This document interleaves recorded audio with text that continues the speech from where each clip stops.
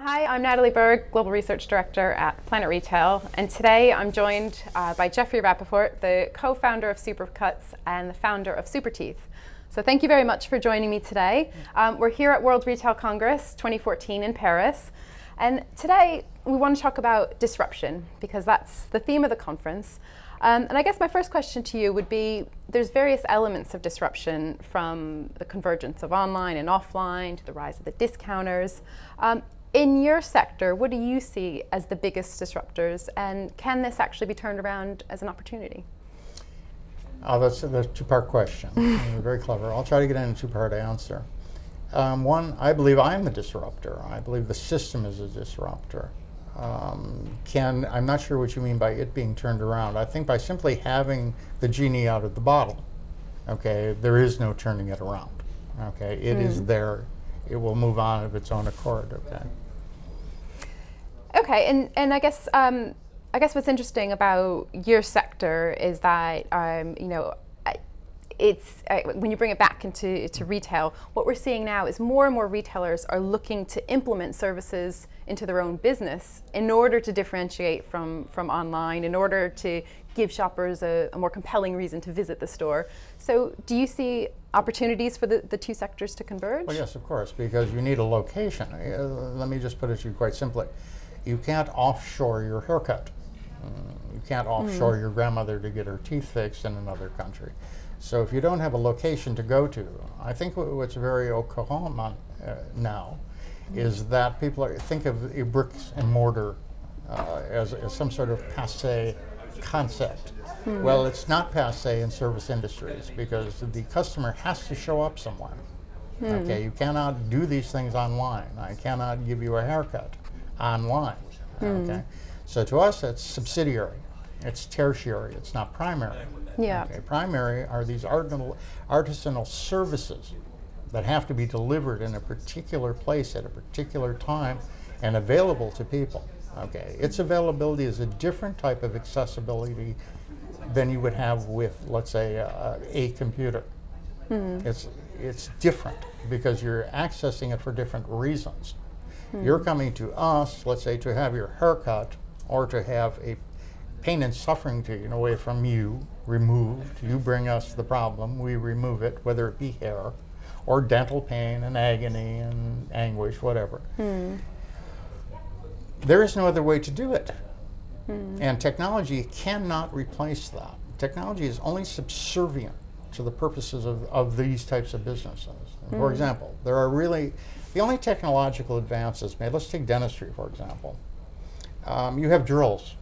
Well, Stone Age men had drills. They did this to make fire and they did this to drill.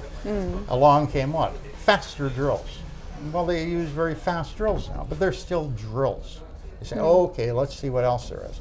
You say, what about painkillers? Well, do you think these men sitting around in the caves were not smoking and chewing things that took away the pain? And who invented alcohol? People. Because that's true. That's very interesting. The third thing that people like to refer to is shall we say, a helpful kind of observation by accident of something called what? An antibiotic.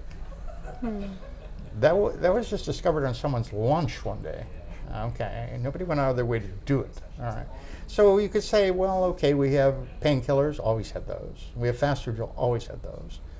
You have things to cure the what? The disease. Well, no way. If you look back, you'll find out that those people were alchemists, and they were doing the same thing.